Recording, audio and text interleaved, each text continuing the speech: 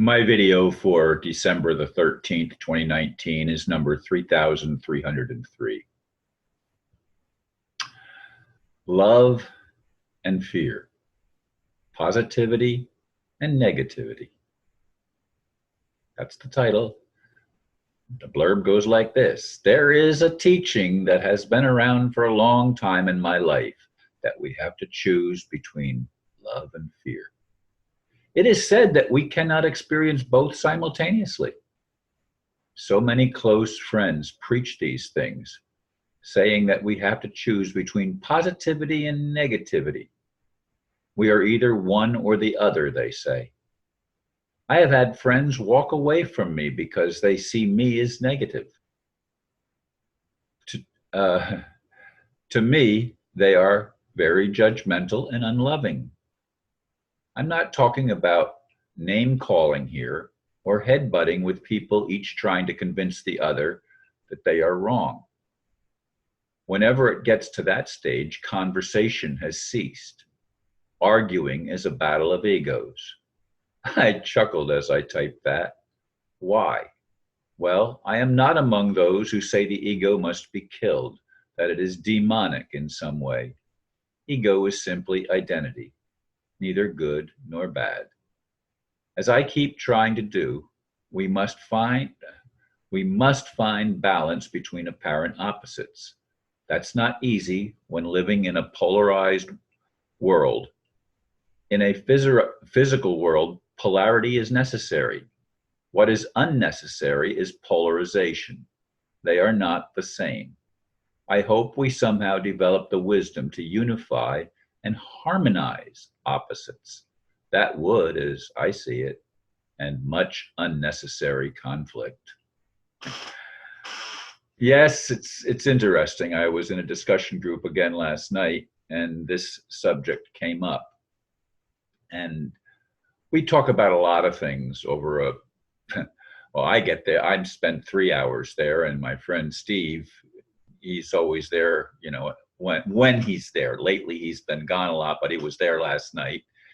In any case, there were only 4 of us and two ladies and 2 gentlemen, and so it was balanced, although there was a man that always sits in the room off to the side of us and doesn't really enter the conversation very much. He's not part of the group, but every once in a while he might interject something. Though again, he's not part of the group. He's, I guess, a homeless man living out of his car. Anyway, I have long had this struggle in my spiritual community over this thing. I at one point in one of the meetings, one of the people in the group was sharing their experience, and a lady in the group stood up and said, if y'all are going to talk about negative things, I'm out of here, and left the room. And my friend Steve said he remembers that incident. It was an incident in my home, he said. I had thought that it wasn't in my home, but I guess maybe it was, and I can hear the train going by here. I didn't time it very well. Anyway, Steve is of the opinion that love and fear cannot coexist. You have to choose between one or the other. How do we as human beings do that? We can't, in my opinion. It's very loving. You are very loving when, for example, you have a child or a very close friend or loved one that is going through a period of suffering. And it might be a disease, it might be an accident of some sort, but there's a huge challenge. And there is a certain level of fear or concern simply because you do love them, you care about them. And so the caring is love. The concern could be classified as fear. they coexist. They're there at the same time. It's in the same sequence of unfolding. Now we can choose to always be fearful. That's not a good state to be in. We have to allow the love to at least bring balance and harmony. And that's the whole thing. Opposites need to be balanced, they need to be harmonized. We need to come to the place where we recognize the essentialness of the negative. It's the attraction between the negative and the positive that allow physicality to be. And then I have people say, but Ron, the physicality is just the illusion. They call it an illusion because it's empty space. Matter is mostly empty space when you look at the atom. The atom is a little teeny nucleus circled by even little tinier electrons. So the positivity is the center and the negativity rotates around the negative core, if you will, the nucleus. This is just the way physical life exists. And humanity is, what are we? A little lower than the angels, it says that we were created? Well, I'm not sure of that. I'm not sure of a lot of things lately, as I've said in so many videos lately. But we have a choice to make how we are going to respond to the things around us.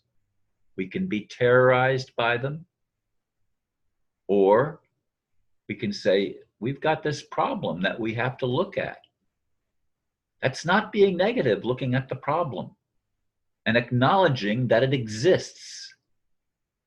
It is negative to say, I don't want to deal with that and pull away.